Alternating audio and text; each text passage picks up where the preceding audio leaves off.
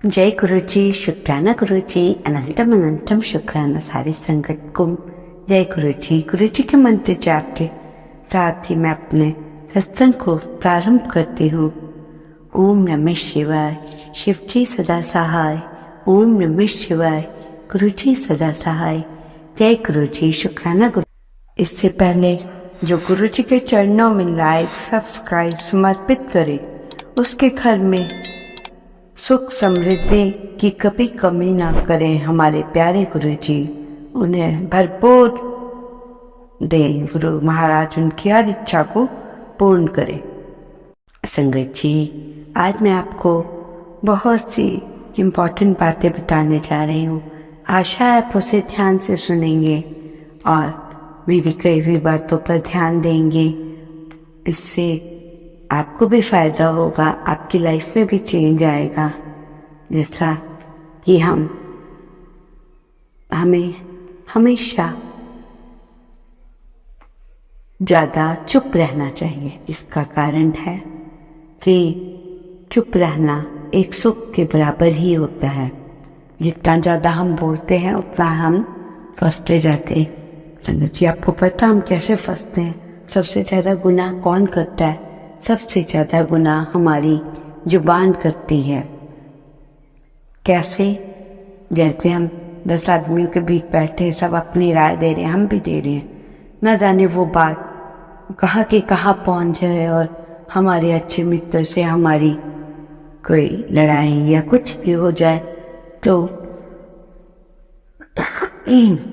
संगत जी, इसलिए एक चुप 100 सुख। आप भी इस बात को फॉलो करिए अपनी लाइफ में, और जितना आप चुप रहेंगे आपकी लाइफ सेफ रहेगी, आपकी साइड सेफ रहेगी। जितने हम बोलते जाएंगे उतने ही हमारे साथ मुसीबतें बढ़ती ही चली जाएंगी। इसलिए आपसे यही रिक्वेस्ट है कि आप जितना कम बोलें उतना ही अच्छा हो। तो आपको मेरी ये बात समझ आ गई होगी, इसलिए मैंने आपको एक बहुत ही इम्पोर्टेंट बात बताई। संगत जी, आम व्यक्ति क्या सोचता है कि उसके पास बहुत पैसा हो, गाड़ी हो, कोठी हो, बंगला हो, और उसके पास वो और कमाता है और उसका पैसा बढ़ता जाता है और वो सोचता है कि मेरे को अब कुछ नहीं हो सकता क्योंकि पैसा मेरे पास है, घर है, सब कुछ है। इसी चक्कर में वो अहंकारी हो जाता है। और आपको पता है संगत जी, समय के खेल का किसी को कुछ पता है? परमात्मा ना जाने कब भिखारी को राजा और राजा को भिखारी बना दे, है ना संगत जी? तो कहने का अर्थ है हमें उतना ही कमाना है जिससे हमारे घर की ज़रूरतें पूरी हो जाएं और हर कार्य आराम से चलता रहे। किसी को देख के हमने ये नहीं देखना उसके पास जितना क्या धन है क्या नहीं है।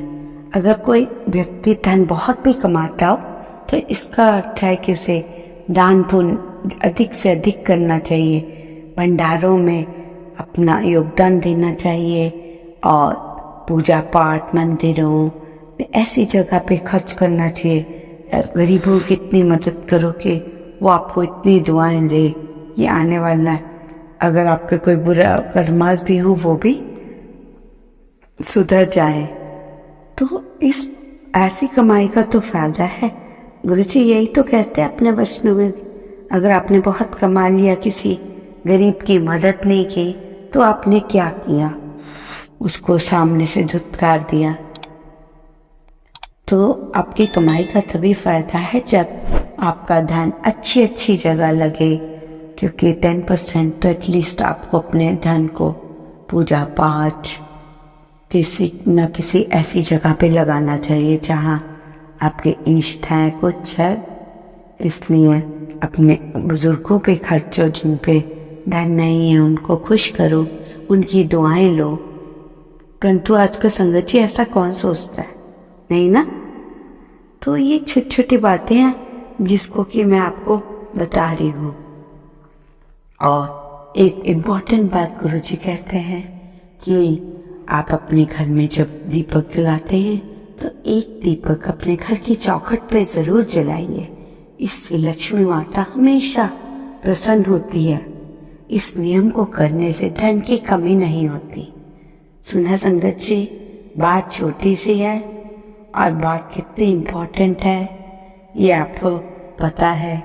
आप सब बहुत महान है हमारी संगत जो हमारी सत्संग को सुनती है, इसलिए मैं उन सबका धन्यवाद करती हूँ जो मेरे सत्संग को सुनता है, फॉलो करता है गुरुजी की बातों को, है ना संगत जी।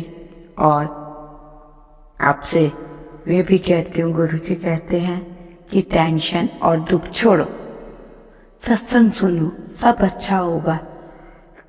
हाँ, क्योंकि तुम मुझे मानते हो तो गुरुजी के भक्त का ऐसे बुरा नहीं हो सकता। अच्छा बुरा चलेगा पर आपके ऊपर हावी नहीं हो सकती कोई चीज। अगर होगी भी तो गुरुजी ने अपने आप ठीक कर देनी है। 10% होगी, 99% गुरुजी ने ठीक कर देनी है। उससे आपको फायदा होगा। उस 10 में से भी गुरुजी अपने आप पे ही ले लेते हैं ज्यादा। तो देखिए संगत जी, कितनी अच्छी अच्छी बातें बताते हैं हमारे गुरु महाराज। रिश्तेदारी की बात बताते हैं तो कहते हैं कि सभी रिश्तेदार बहुत प्यारे होते हैं, हमें उन्हें वक्त पर जरूर प्यार देना चाहिए। वो सच्चे रिश्ते जो होते हैं वो कुछ मांगते नहीं, वो अपने आप हाथ आगे बढ़ाते हैं आपकी जरूरतों को पूरा करने के लिए, आपकी जो इच्छा है उसको पूरी करने के लिए। तो सुंदर जी, ऐसी छोटी छोटी बातें हम भूलते ही जा रहे हैं, क्योंकि हर टाइम हमारे मन में टेंशन होती है, कमाना है, बच्चों की ये है वो है। अरे जब परमात्मा ने हमें लाइफ दी है तो वो सब कुछ करता है, चाहे थोड़ा करे चाहे कम, उसको हर एक की फिक्र है संगत जी। हमारी फिक्र करने से क्या होगा? हमें अपने अच्छे कर्म करने हैं, अच्छा कमाना है, सच्ची कमाई कमानी है, पाप की कमाई नहीं करनी है। तो हमें अपने परमात्मा से हमेशा क्या मांगना चाहिए? आपके उससे मैं तो आपको कहूंगी, हमें अपने परमात्मा से ये मांगना चाहिए कि पैसे के बिना कुछ भी नहीं होता संगत जी। वैसे तो आपको एक सच बात बताऊं, हम कहते तो हैं कि हमें ऐसा करना चाहिए वैसा, पैसे के बिना कोई पूछता भी तो नहीं, परंतु प्रभु से हमें ये कहना चाहिए। सुनिए, ये लाइन बहुत ही इम्पोर्टेंट है।